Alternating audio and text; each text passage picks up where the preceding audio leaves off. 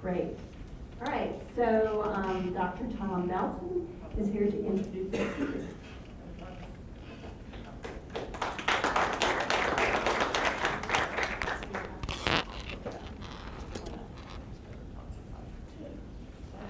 Can you hear me okay? Okay, good. Well, I want to say these guys are doing a great job. I haven't been here the whole day, but what I got to hear, I think you guys are doing a great job. I appreciate all of y'all being here. I'm surprised how many people I know. I thought there was going to be an audience here of people I don't know. And since I know a lot of you already actually know Dr. Bonanno, but to give you a little bit of background about him. He started out as an extension specialist here in North Carolina back in 1983. I think it's okay if I say how far back that was, because I'm older than he is, actually. I was 7. Yeah, he was 7. Very bright as a 7-year-old. So he was a horticulture extension specialist specializing in weeds, doing vegetables and small fruits. And then about 1989, one of his uncles passed on the family farm in Massachusetts. So he went back up to run the farm and make sure that the longtime family farm didn't, I guess, your family didn't lose it, so to speak. So he went back up and did that. He had just gotten tenure at NC State, so I know that was a bit of a struggle for him. Went back up there and ran that farm. The farm was a fairly large farm. It was a retail and wholesale operation just north of Boston. Vegetables, bedding plants, a little bit of everything. In fact, I think he's been back up there on the weekends and driven on a semi-truck up to Maine delivering stuff. So when he goes back up there, they put him back to work. But while he was doing that, running a big business, so to speak, at the same time, he was a half-time extension specialist for the University of Massachusetts. So you can imagine the workload. That's enough, right? On top of that, he was president of the Massachusetts Farm Bureau during that period, and also a board member of the American Farm Bureau. So busy man, obviously can get a lot done, so we're really looking forward to what he's going to do for extension here in North Carolina, since now he only really has one job.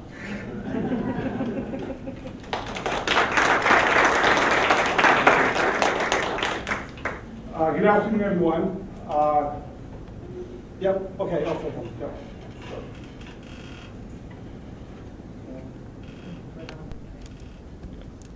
Okay, thanks. So good afternoon. I feel to a certain extent like I was brought in to be the rain cloud this afternoon, talk a little bit about public policy and some of the things that impact farmers as they sort of move and try to do local marketing. Just from some additional background so you kind of know what my marketing has been. So our family farm was started in 1910, and so, I mean, obviously I'm here as the extension director, but I'm not really talking about my job, I'm really talking about my past and how it influences sort of what's going on today. So our farm started in 1910 and did a lot of things over the years. Had dairy, had hogs, believe it or not, 30 miles north of Boston, we raised 4,000 hogs at one time. And raised fresh market vegetables. We've mostly been wholesale growers over the years, but in the 80s, 70s actually got into the greenhouse business, started off to grow our own transplants to the farm, but then we got into raising bedding plants, force bulbs for Easter, geraniums, marigolds, petunias, proven winners, hanging baskets for Mother's Day, all that stuff, vegetable transplants. And then in '99, we got into doing mums. Potted mums for one of the local supermarket chains. We started in 1999 with 5,000, and this year we've got 110,000. It's about 7 acres of mums, and those are all direct store delivery to supermarkets. So our marketing sort of over the years has been everything from, and this is sort of, I'll say this is our current marketing up there, is CSA and selling vegetables right on the farm. So we've got that part of it. We sell to other farmers in the area that have CSAs, farmers markets, and do farm stands, and they're buying our produce to do that. We also do a couple of farmers markets a week. We sell directly to restaurants. We sell to institutional food distributors that are doing restaurants, hospitals, schools, all across the board. I mean, I call them. I call them food hubs too, because they're amassing produce and they're shipping it out. Sometimes we don't appreciate all of those businesses that are already in place. Think about all the places in a city, like take Winston-Salem. How many places sell food? I mean, I bet you Winston-Salem is over 1,000. Okay. And every one of those is getting a delivery or something from somebody. Okay, whether it's wheat to make donuts or whether it's fresh vegetables to put on a salad bar. So we also have dealt with brokers that have brokered our products, sort of pre-sold to certain venues, could be supermarkets, could be other things. And then we also have done both through brokers and also directly everything from local supermarket chains that may have as few as 5 or 10 or 80 stores to dealing with places like large national supermarkets such as Trader Joe's, Whole Foods, Stop and Shop, and the other ways that Stop and Shop sells around the country. So just a huge range, and so we're growing the same product for all of those venues. So I may have a field of lettuce, for example, and we're cutting lettuce, and some of that lettuce is going to a supermarket chain. Some of that lettuce is going in our CSA boxes. Some of it's going to a farmer down the street. Some of it's going to another farmer that's going to be a tent next to us at the farmer's market. So it's all, believe it or not, it's all coming out of the same field, okay? So I'm selling some for 60 cents and I'm selling some for $3.50 a head. But it's all like, you wouldn't tell it was just the same lettuce out of the same field. So so as a preamble to marketing, I will tell you that marketing is sort of a strategy that you use to try to do a better job in terms of your bottom line on the farm. We don't try to grow things differently for different customers, but customers all have a way that they look at our product, and people have different values for that product depending on how it's being sold. So selling a box of 24 heads of romaine to a supermarket chain for $15 a box, or $14.40, whatever it is, and 60 cents a head, and then we're taking one of those boxes and bringing it to the farmer's market and selling it for $3.50 a head. And so there's a perception of when we're in different venues, what people are seeing, and the idea of the local farmer or selling to a local restaurant and having our name, just like we've been talking about here, on the menu, going into a Whole Foods and being at the checkout counter, and there's a video screen there, and my picture pops up, that kind of thing. It probably still pops up. And my daughter should pop up now, but mine probably will still for a while. So there's a lot of pieces to it, but what I've found, I'll give you some statistics of farms in North Carolina, and these aren't hard statistics to come by, and some people say, well, they might be flawed, but this is the reference that I have to go to year after year or state by state because it's something that's sort of normalized. I use the Census of Agriculture, which, as you know, comes out every 5 years. So if you just Google Census of Agriculture, North Carolina, it pops up, go to Table 2, and Table 2's got some pretty good information in it. It tells you what all the farms are, how big they are. It also breaks farms down by whether they're vegetable operations or food operations or those kind of things. So in North Carolina, as you probably know, we've got 50,218 farms based on the last Census of Agriculture. Of those, believe it or not, 13,827, or 28%, gross less than $1,000. That's gross, that's not net, it's gross income, okay? For purposes of the Food Safety Modernization Act, which I'll just talk about in a minute, the number of farms that gross less than $25,000 a year, gross less than $25,000 a year, is 37,071 farms, which is 74% of the farms in the state. If you take that middle group, which would retail, or market between 25,000 and 250,000, 25,000 and 500,000, that's 8,072 farms, or about 16%. And the farms that are over $500,000, and this is all farms now, over $500,000, there's 5,075 farms, which is about 10%. So the vast majority of farms in any of these states, North Carolina, no exception, it's a high percentage of small farms that are trying to do something different, something local, something direct, trying to get a better bottom line for their dollars. Friday night after work, I drove up to, by the way, I promise you we will not be late for the reception, okay? So no matter how much I ramble, we'll get to the reception on time. Friday night after work, I drove up to Clay County, and I spent the weekend in Clay and Cherokee and Graham County. And for those of you who are not quite sure where those three counties are, they're way at the end, okay? And so I spent some time up there, and I visited a lot of small growers over the weekend, a couple of larger ones. I visited people that wholesale beef for $2 a pound, and I met people that retail beef for $26 a pound. And a huge range in what people are doing.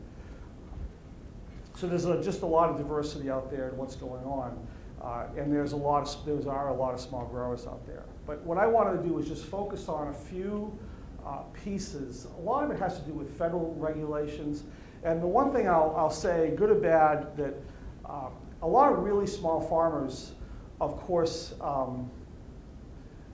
operate businesses that may or may not be actual businesses on paper.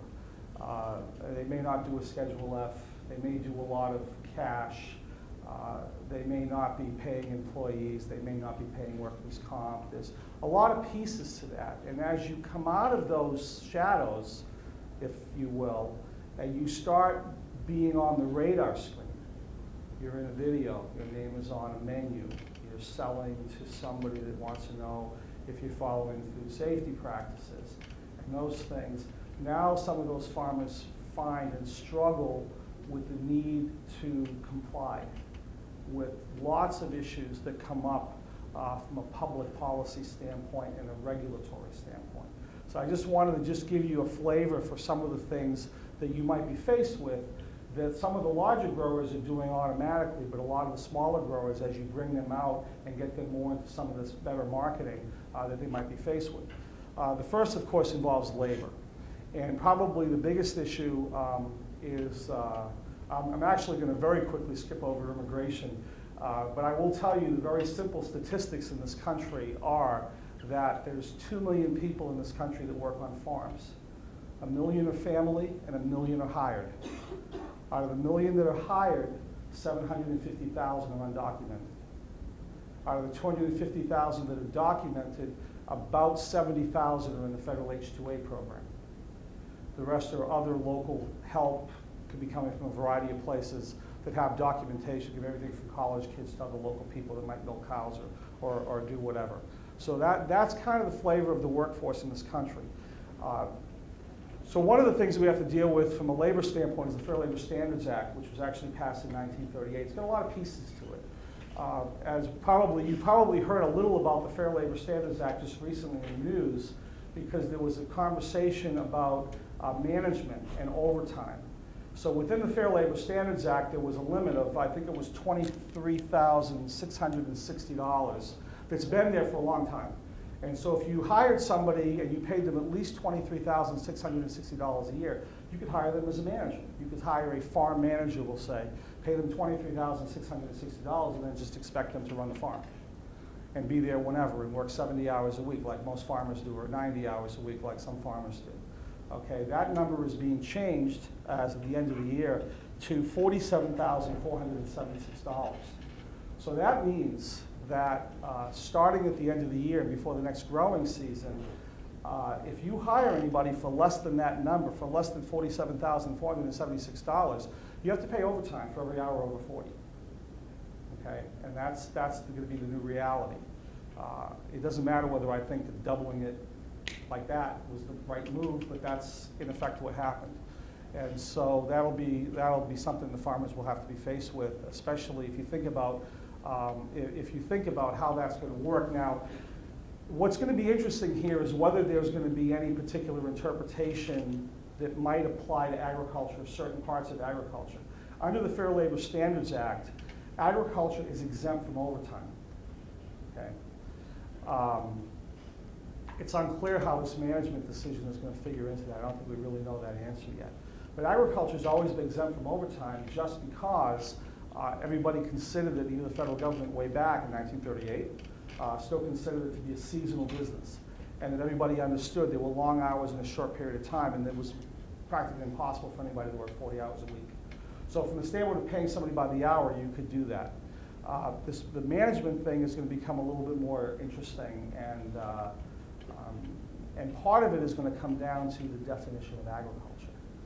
So the federal government, the Department of Labor specifically, when they interpret the Fair Labor Standards Act, they have a pretty, what I consider to be an overly restrictive definition of agriculture. One of the things that kicks you out of being a farmer is the moment you touch anybody else's product, you cease to have that overtime exemption. So for example, you do a CSA on your farm, and 90% of what you put in those CSA boxes comes off your farm. But maybe you bought strawberries from the guy down the street, or you bought sweet corn from another farmer. As soon as your employees touch that product that you didn't grow, even if it's for 5 minutes, you lose your overtime exemption for the whole week. So if your workers work 60 hours, you're going to pay 20 hours of overtime, even if they only touch that product for 5 minutes. And when the Department of Labor comes out, and they've been coming out increasingly, you know, it's like everything else. You know, they don't come out, then you don't worry about it. They come out, and then you've got to worry about it. They won't just ask you. They will interview your employees. I've seen them come to farms and stay there for 3 days, looking at records going back 3 years and asking employees, what do you do? And going like, literally taking an employee hour by hour and ask them what their day is like. So they're pretty relentless. Several farmers have taken the Department of Labor to court saying that, well, we're only doing it for 5 or 10 minutes a week, or 5 or 10 minutes a day, or a half an hour, or something like that. In virtually every case with those types of statistics, judges have always ruled in favor of the farmer, saying that if you did not have enough of this touching somebody else's product to basically have to hire a separate workforce, that they were going to withdraw the fine that the Department of Labor assessed. But then the Department of Labor goes out tomorrow and does the same thing to the very next grower. They said they don't care about the court case. That only helps you when you get nabbed if you want to sue, and then there's a precedent in court. So it's been an interesting thing for people to sort of have to deal with. So overtime is and how the definition of agriculture is applied is interesting. This also carries through to retail. So retail is not agriculture. Processing is not agriculture. They have a little flexibility when you may be bagging your own lettuce, but if you buy anybody else's lettuce and bag it, then you lose your exemption for overtime. So that's a little bit of a problem. The other thing that's a little bit of a problem for a lot of small growers getting into this is that volunteerism is illegal in this country, unless you are government or unless you are a 501c3.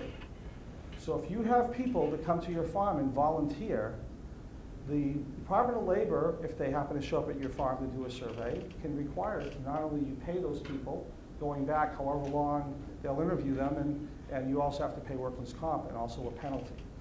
So kind of learned the hard way on this, and farmers have been nabbed.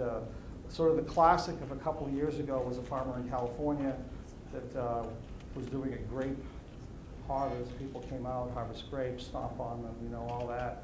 DOL had some people there with clipboards all day, counting the people, okay? And then, as they say, there was a problem on Monday morning at the farm over this. So, again, this is something that you really got to think about and keep in mind. And the idea of volunteerism, other than immediate family, is a problem. So people talk about interns, you know, people come to the farm and all that, and you wonder why some farms become nonprofits. Okay, have an educational component on their farm, become 501c3s. One of the ways they do it, one of the reasons they do it, is to be able to have volunteers. Okay, so just something else to keep in mind. All right, the Food Safety Modernization Act in itself is going to create a little bit of a frenzy in this country. But again, just like labor, it's going to be one of those things that's, you know, people are going to have to work through. We're going to have to see how this is enforced, whether FDA is going to have people coming out, whether the state departments of agriculture are going to be involved in the oversight. So there's been sort of a push in this country for what we'll say voluntary. Up until the Food Safety Modernization Act, there has been no regulatory requirement on the farm for food safety. Hasn't existed. Now, there's been voluntary audit programs that go back several years into the early 2000s, actually maybe into the late 1990s or so. The most noticeable one was USDA Gap. That's a voluntary program that's run by the United States Department of Agriculture. The others that exist that you probably have heard of are Global Gap, which I think started as Eurogap, GFSI, Global Food Safety Initiative, SQF, Safe Quality Food, Primus. I don't know if that's an acronym, it probably is, but I don't know what it stands for. Then a bunch of people got together 2 or 3 years ago, 4 years ago, and said we want to try to harmonize all of these different private food safety certifications. Really, USDA was the only sort of government one, the rest were all private. They came up with something called Harmonized Gap, which is sort of a different, sort of an all-encompassing, was supposed to be able to satisfy the GFSI and the SQF and the Primus and even Global Gap, which actually were considered higher level food safety protocols than our own USDA Gap. Not everybody bought into it. Not even everybody buys into even things like GFSI, which is very difficult one to comply with. If you go to the GFSI website, or actually if you go to the Harmonized Gap website and you start looking at some of these protocols, I think Walmart, I think the Harmonized Gap website protocols are like 26 pages, and I think Walmart, there's an additional 13 pages to satisfy now. So it's quite extensive and quite complicated. I tell people all the time, the food safety is very much common sense, but then there's a regulatory oversight piece that you have to worry about. So now what I'm hearing from stores is they want their farmers to be FSMA compliant. So we've had stores that have said, we'll only accept USDA Gap. And then they said, we'll only accept Harmonized Gap. And now they're saying, in fact, there was this one person now, they're not in this part of the world, but Wegmans, which is a chain kind of in the Northeast, they started off that I was doing trainings for them for the new farmers coming in as part of my extension responsibilities up there. We're doing trainings for their growers coming in, started off doing USDA Gap. And then the guy who's their food safety person for Wegmans was on the committee to create Harmonized Gap. So then he said, well, everybody's gonna be Harmonized Gap certified. So we did that. And then the last time I talked to him, he had me all lined up before I accepted this job to do a bunch of these trainings, January and February. And then he called me up and he said, no, we're not doing Harmonized Gap anymore, we're doing FSMA compliance. So FSMA compliance is going to be kind of an interesting piece here because everything I just mentioned is an actual audit. Someone comes out, you have a farm plan, they come out, they evaluate what you're doing, and you pass or you don't pass, or you reach a certain standard, a certain value, which then a buyer can say they accept or not accept. USDA Gap, which was like 80%, you had to get 80% of all the questions right, okay, 80% of all the points, okay, to pass USDA Gap. It was a yes or a no. When Harmonized Gap came along, it was a little more complicated.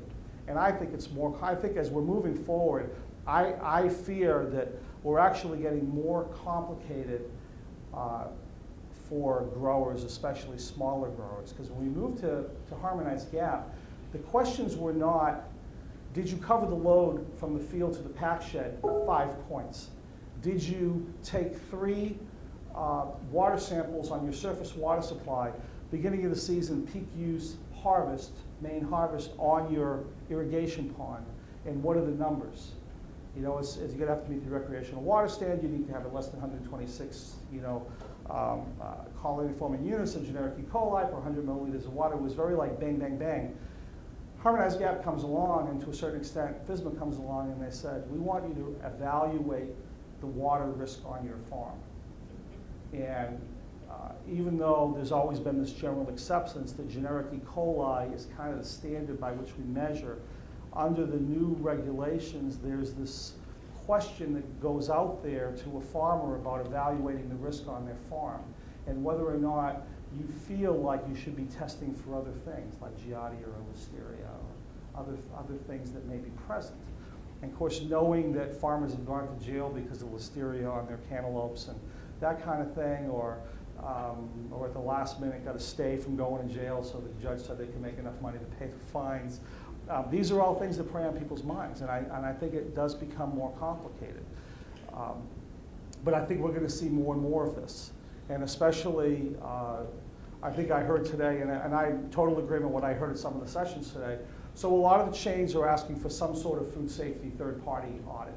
Basically, the third-party audit means is there's the store, you're the farmer, somebody else does the audit and says whether or not you meet certain criteria on your ability to practice good food safety on the farm. So some are still wanting it. I mean, certainly restaurants, people at farmers markets, smaller chains, smaller stores might not ask you for it, but I think it's going to become more commonplace, and we're all going to have to figure out how to comply with it. The thing that's difficult and the thing that's going to be interesting is whether or not there'll be a way to really make it affordable. There's 7 rules in FSMA. 2 of them really apply to kind of people that we would work with. One is the produce rule and one is the preventative controls rule. So the produce rule covers everything from planting, harvesting, packing, sending it off the farm, and it still looks like it did when it was in the field. It's still a turnip, it's still a head of lettuce, it's still an apple, okay? That's all covered by the produce rule. At the point that you start doing stuff to it, okay, usually some sort of physical change, you chopped, you peeled, you bagged, lettuce mix, salad mix, or something like that, that kind of pushes you into preventative controls. Now, one of the good things is that from a FSMA standpoint, there are exemptions. Whether or not all of our customers down the road say that, oh, it's okay, you're exempt, you don't have to comply with anything, that's going to be a different story. And I know already supermarkets could care less whether or not FSMA says you have a full exemption or a qualified exemption. They're going to ask you for some level of food safety compliance, and that's going to be somewhat of an issue. Right now, at least from the law standpoint, if you're under 25,000, you're completely exempt. The FDA considers that, I believe I heard them say this, and I will actually quote them on this. I won't paraphrase. But if you grow less than $25,000 worth of fruits and vegetables, you're insignificant to the food supply of this country. Yeah. Okay? So if you are over 25,000, apparently you become more significant. So if you're under 25,000, you're completely exempt. But again, any buyer in the world could say, look, fine, you might be exempt, but if you want to sell to us, you've got to either be compliant with this, or this. If you're between 25,000 and $500,000, you have a qualified exemption that's based on your ability to meet 2 criteria. One is that you have a traceability component on your farm, which means that pretty much your name and your address are on the box. So people know if there's a problem where to find you. Or if you find there's a problem, there's boxes out there with your name on that can be retrieved. So a traceability component is going to be part of that no matter what. So actually there's 2 things you have to do, and then there's 2 other things that actually determine whether you're in. So one would be that you have to do would be a traceability component, even if you meet the exemption status or the qualified exemption status. The other thing that you have to do besides traceability is keep records, obviously, to show that you're not over $500,000. Okay, so you have to keep your sales records. But then in addition to that, the 2 things that will get you the qualified exemption, which means that you only have to do traceability and the record keeping, is that 1, you don't sell more than 275 miles from the farm, first. So if you're in Clay County and you're selling to somebody in Wilmington, there's a problem, okay? The other thing would be is that at least 50% of your sales have to be what FDA calls direct retail, direct sales. FDA has been a little bit vague in identifying what that really means, but based on conversations, this is what we believe it means, okay? So definitely anything you sell directly to an end user is in, okay? You sell farmer's market, CSA, farm stand, anything direct, you sell directly to a restaurant. But also, even if you sell directly to the last seller, so you sell directly to a supermarket chain, that's all part of it. But if you sell to a broker or somebody that distributes produce, doesn't count. So you have to make sure, like if you sold, so if you were doing $30,000 worth of fruits and vegetables a year, and you sold everything to the local food hub, that would not be considered direct retail. Now, FDA is still, in theory, having conversations about how they're dealing with farmers that get together and do some sort of a food hub on their own. But for the most part, they don't consider that owned by the farmer. And they don't consider that to be the final, they don't consider it to be owned by the farmer, which means that's one more step between the farmer and an end user. So anything that bypasses any sort of middleman sort of meets the criteria. But if you did everything through a broker or a commission house or to a food hub or something like that, then FDA's interpretation, at least the way we see it now, will be that as soon as you hit $25,000, $25,001, you have to fully comply with FSMA.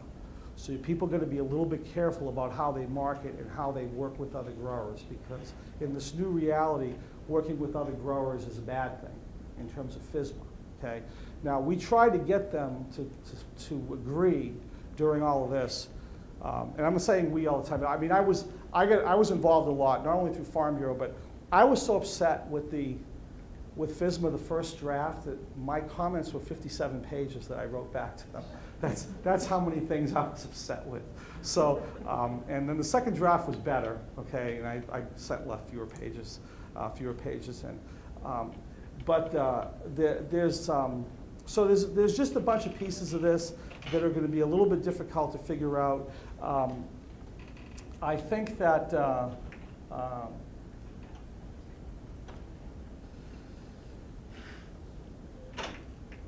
there is some potential that farmers could, if they do the right marketing, can get to where they need to be. But if you hit $25,001 and you're selling everything through a broker or a middleman or something like that, you have to be fully compliant with it. And FDA says that the cost of compliance for a small farmer is $14,000 a year.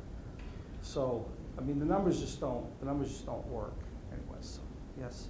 I think I heard you say a minute ago that at least 50%, I'm gonna get it wrong, of your sales had to be direct to retail. So you could do 49% or whatever to a place like Eastern Carolina Organic. Sure.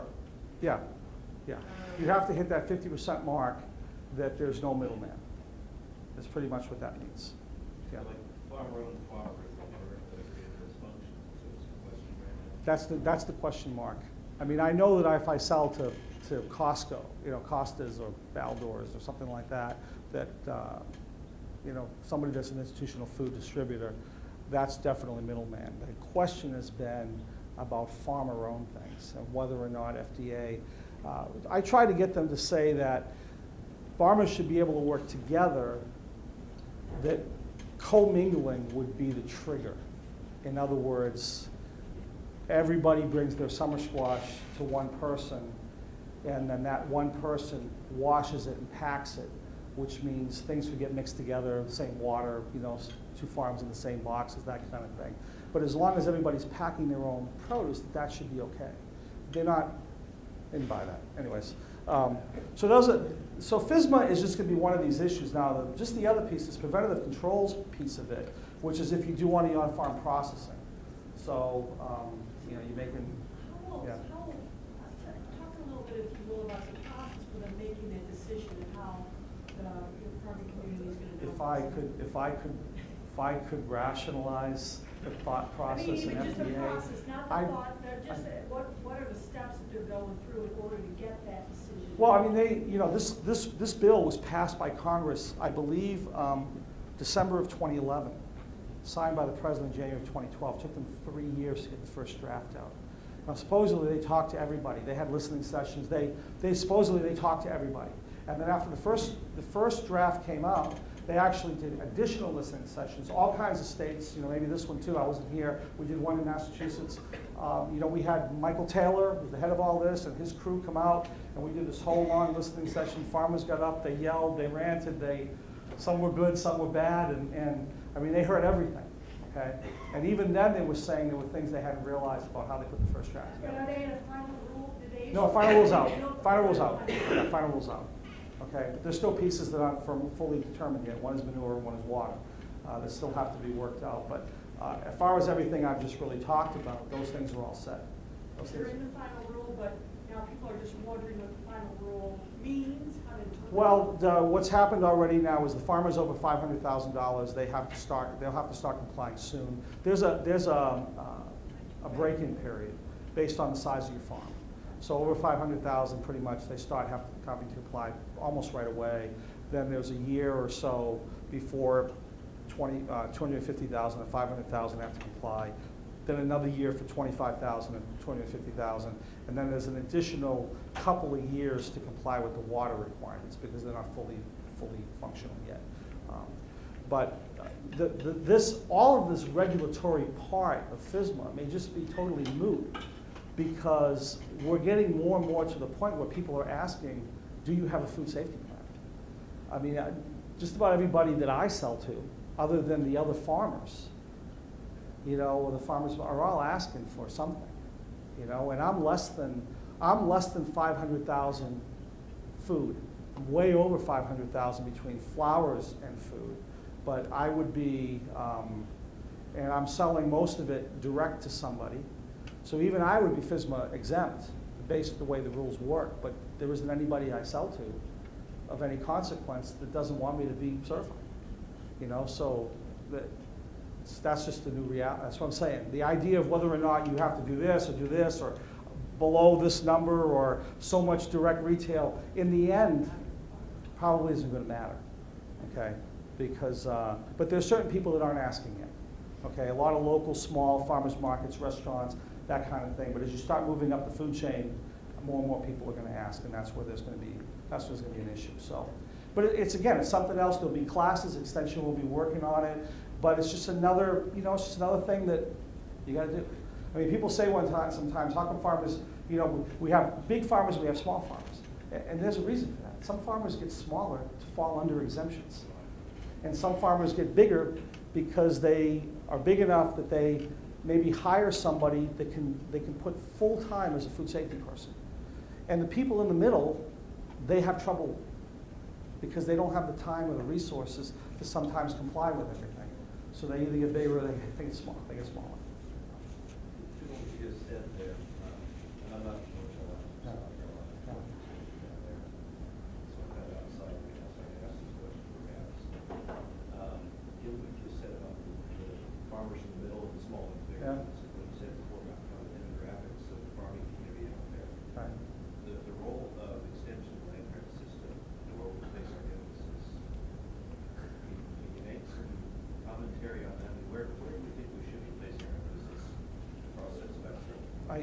That's an interesting question because I get that even from agents sometimes, you know, in this room that have asked me about how do you deal with people? How do you deal with the very small farmer that calls you and their question may be they're about to buy their first tractor and they're not sure what PTO stands for, okay?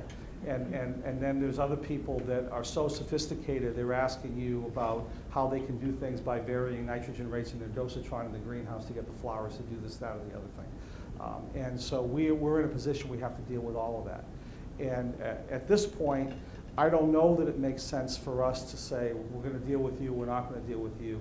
One of the reasons that in North Carolina we started hiring some area specialized agents was really to try to do higher level work with some of the larger growers that have more sophisticated questions. And to kind of allow people to be able to deal with smaller growers. Certainly if you can answer the larger questions, that's great. But sometimes, especially with new people coming in, they don't know where to put their focus because the questions are all over the board. And you're going to have those larger growers, you're going to have those smaller growers. So I'm 3.5 months in at this point. Okay, so it's one of those things I'm still trying to figure out. The other thing is, so I think I was going to mention preventative controls because to me, labor and food safety are probably the two biggest issues that people have to deal with.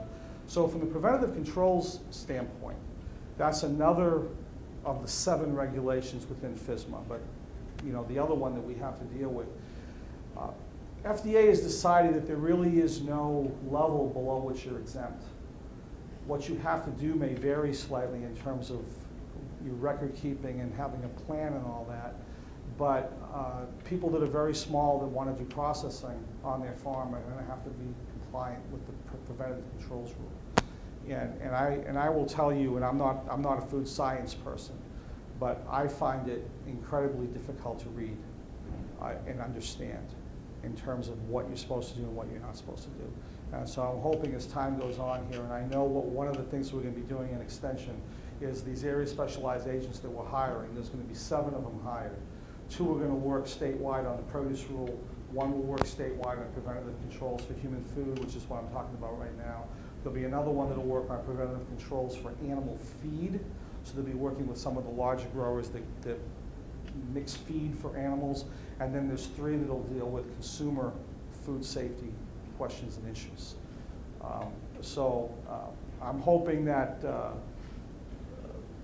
people will have a better idea of exactly what they're going to have to comply with. I mean, sometimes local boards of health and all that also have their rules about things that you have to do. But the FSMA part of it, I think, is very confusing. But it's more than just having people aware that this is something that's out there. And you know, we don't know what the retribution is going to be on any of this stuff. We've kind of seen what the courts have done when someone has had a problem. I'm hoping that we don't have anybody that's going to be in that situation. But it's a little scary, and I will tell you that even when you follow all of the food safety protocols, there are never guarantees. So everything that you do, whether you're fully FSMA compliant or you're GFSI, or you do anything. I mean, you think about lettuce growers in California, they've kind of been in this situation now for several years, probably pushing a decade at this point, and there's still trucks that turn around that were loaded and samples were taken, and then they get 1,000 miles away from California, and the truck has to turn around and come back because they found a problem in the bag of salad mix or something like that. So even when things are being done right by the book, sometimes things still happen. You know, the thing is that understand is the reason that we've got some exemptions in food safety for smaller growers is not because smaller growers have less of a chance of doing anything wrong. Okay, small growers have just as much of a chance of doing something wrong. Anybody can have an employee that goes to the bathroom and doesn't wash their hands and goes out and starts cutting lettuce. Okay? I mean, anybody can do that. You don't have to have 1,000 acres of lettuce to have that happen. The reason for the exemptions, even though it wasn't in the original version of the legislation, is because this is all about risk to the public and risk to the food supply in general. And so smaller growers with smaller marketing that deal with smaller numbers of people have less of an impact on the food supply and on the public in general than larger farmers do. And a lot of it has to do with how things are not just harvested, but how they're packed and distributed. So the 07 spinach situation in California, it was like the straw that broke the camel's back that really pushed everything to the level it is now. That was a single field, 50 acres of spinach, went to the processing plant, but just by virtue of the way it was handled and the way those plants work down there or over there, that spinach ended up in 42 or 45 states. Whereas if that was that same 50-acre field of spinach in eastern North Carolina, we'll say, the distribution area would have been much less, and the impact on the overall public would have been much less. And so it's not the individual act. I've heard farmers say, you know, it's the same E. coli, whether you have 2 acres or whether you have 1,000 acres. E. coli 015787 is still the E. coli 015787, which is the nasty E. coli. It's just the idea of what's the impact of the overall food supply and overall population. And that's why Congress in the end agreed to have the exemptions that we enjoy at the smaller farmer level. So just something to think about. To me, I really think that those are the 2 largest areas, labor and food safety, which are going to be sort of the eye-opening experiences. I mean, everything else that everybody talked about today about marketing and getting to know people and having a reputation and all that, all of those things are incredibly important in terms of getting a good customer base and being able to sell and telling your story all of those things are important. But there's sort of a new issues that farmers have when they start doing this kind of marketing and get their name out there and have to be more accountable for what they do. And those are the two places where I've seen farmers get into trouble. And I would tell you that labor is probably number one, and quickly followed by food safety. So just a couple of other things in terms of public policy that I just wanted to share with you are things that maybe we can think about doing in the state that may be able to sort of help things along. One of the issues when we talk about the local food supply in the public is sort of the affordability issue of food that's sold in certain ways. Like I said, I'll sell my lettuce for $3.60 at the farmer's market, but it goes to the supermarket at 60 cents and it's sold for $1.19 or $1.29. So can you expect someone that has limited resources to be spending $3.60 at the farmer's market on a head of lettuce when they could go to the supermarket and buy it for $1.29 or $1.19? And that's certainly something that's a factor. And I think there are examples around the country. We may have some in this state of where government gets involved. And we actually did a program in Massachusetts where we got the state to put additional money into SNAP and WIC money to allow the public to be able to buy into CSA shares. And so they ended up getting the CSA shares at about half price because the state kicked in a quarter and they were able to use a quarter of their SNAP dollars in order to make that work. So there may be avenues that allow people to do things differently in some of these local direct marketing areas.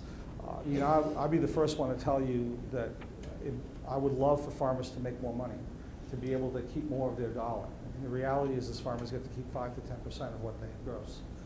And that's not a great thing. This is why such a high percentage, the vast majority of farmers in this country have income from off the farm, whether it's a spouse or whether it's off-season income or whatever it is. I mean, I was surprised even in Massachusetts that there were farmers that had told me in the wintertime they work at Yankee Candle. Okay, and they're shipping candles out for Christmas, and they're doing other incomes. These are people that have been farmers their whole lives. So this is a reality of agriculture, and one of the things that we really try to push and hope for with the local food movement is to try, especially for new people coming in or people that just need a better bottom line, is the ability to try to do a better job in their marketing to get a better share of the retail food dollar. And that's one of the big goals of all of this. We want to connect the public to it. There's a whole bunch of reasons we want to do it, but from a pocketbook standpoint of the farmer, in our operation, we try to sell everything we can for as much money as possible, realizing that we have way too much to move that way.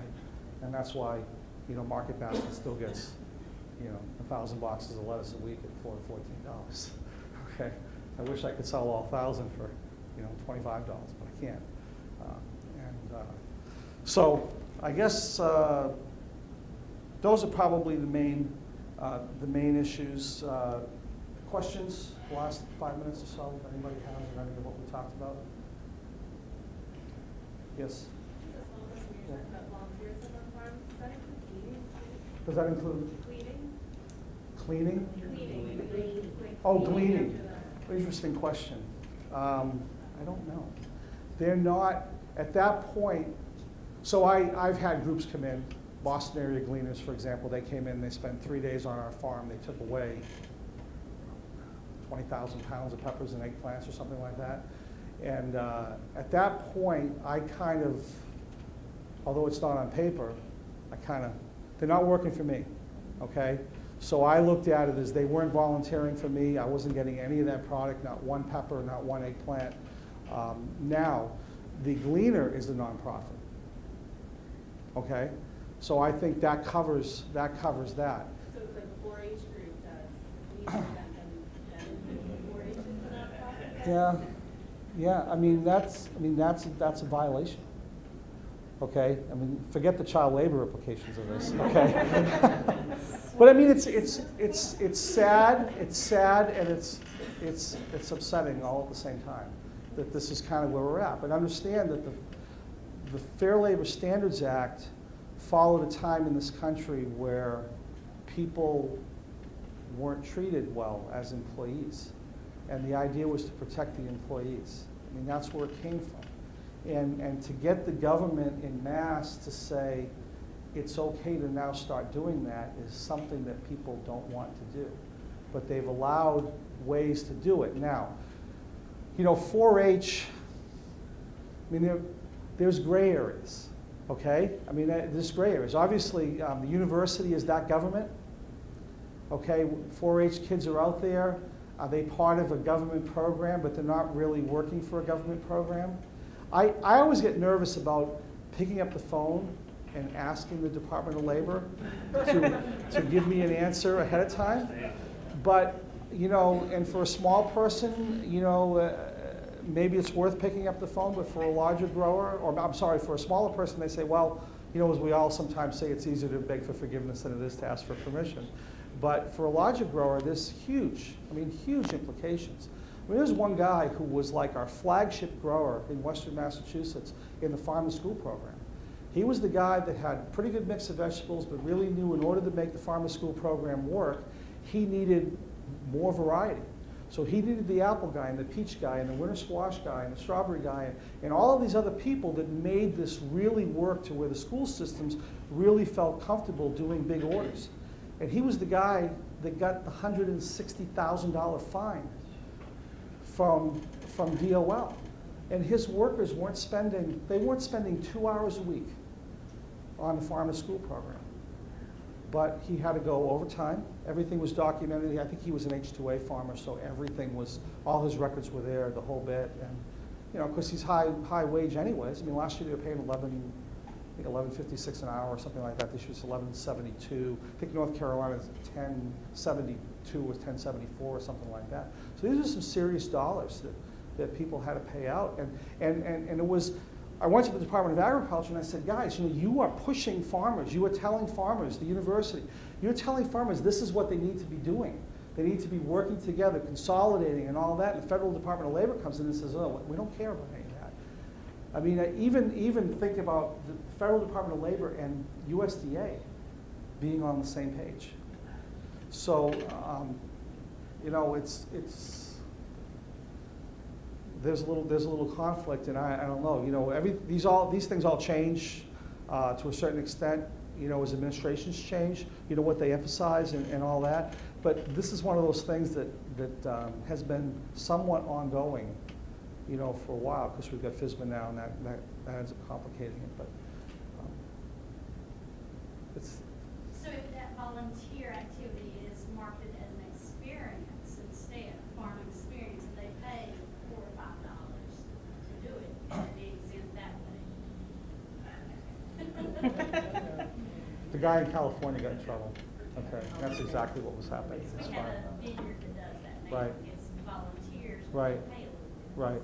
Yeah, I would not ask the Department of Labor on that one, okay? Just telling you, okay? Yeah, it seems great, right? People come out, they want the experience and all that, but the Department of Labor views it as people working and not being paid.